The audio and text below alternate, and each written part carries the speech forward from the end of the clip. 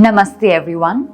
In today's video, we're going to focus on Muni Patanjali's Yoga Sutra 3.32. Now in this particular Yoga Sutra, Muni Patanjali is helping us to understand how we can connect with any accomplished yogi through certain concentration on the light within our body.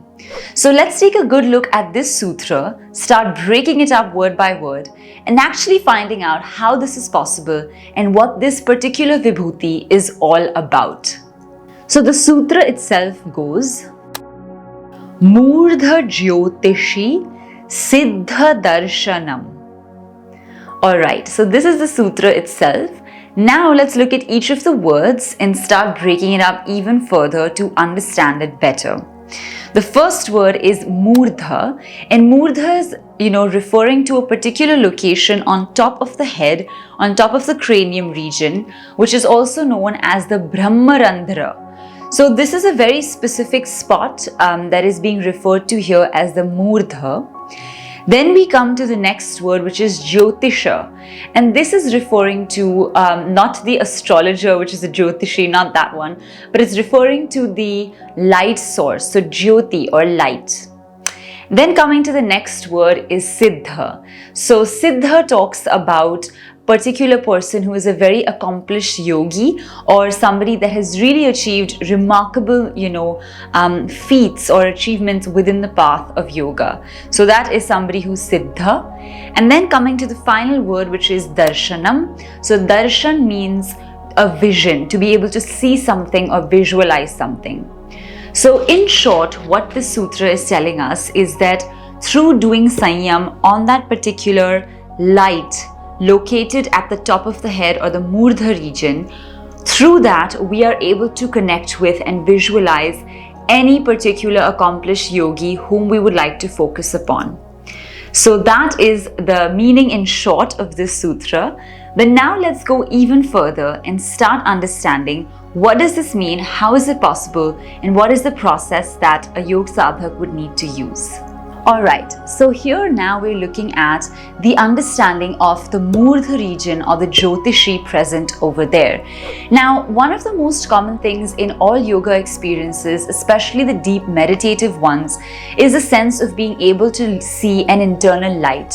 This light is most commonly seen either at the top of the head, center of the eyebrows, center of the neck, heart or navel. So most of us who have done meditative practices will be used to our teachers also guiding us through this practice, asking us to visualize a specific source of light, and then over time we're actually able to do it ourselves and see this internal Jyoti within us.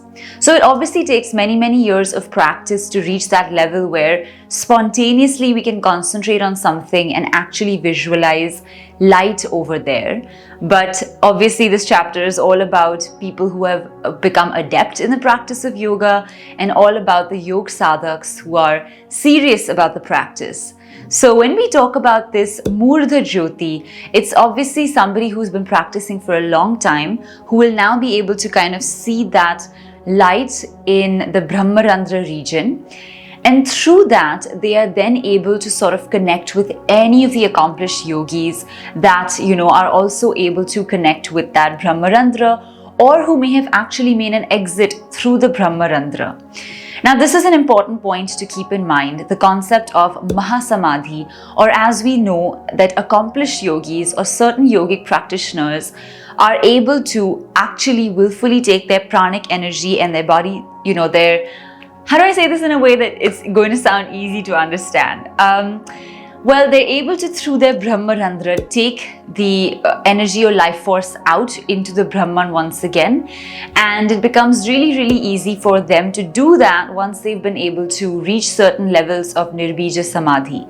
So once they're able to then merge back into the Brahman, achieve Mahasamadhi, they become really accomplished yogis who are really inspiring. And so because they were able to exit through the Brahmarandhra, if we concentrate on the Brahmarandhra of our own bodies, we will be able to get in touch with them through subtle pranic energy forms and therefore concentrate upon their lives, who they are, and how we can learn about them a little bit better. So this is a really unique phenomena, I have to say, and Definitely one of the more challenging Siddhas as compared to any of the others, but really important to keep in mind. And since Muni Patanjali has mentioned it here, clearly in their times it was probably a well-known fact, something that people worked with a lot, and therefore it has been mentioned in the Sutra. So I hope that you've been able to understand Sutra 3.32 much better. And as I always say, all these videos are just a brief introduction to the sutras. Of course, we go into it in much more depth in our classes and workshops. So if you're interested in understanding it even further, please feel free to get in touch with us. The links are in the description, and you can join us for yoga philosophy or anything really that you're interested in learning and studying about. So now if you've enjoyed this video, please don't forget to give it a big thumbs up, drop your comments in the comment section below, and also do share this video with your friends and family, especially those who might be studying the Yoga Sutras or yoga philosophy.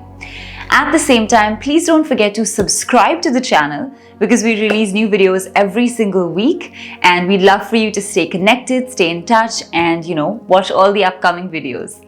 So thank you so much for staying tuned with us today. We look forward to seeing you in the next video or in the next class, course or workshop. Until then, take care, keep practicing, and we're going to see you in the next one. Namaste.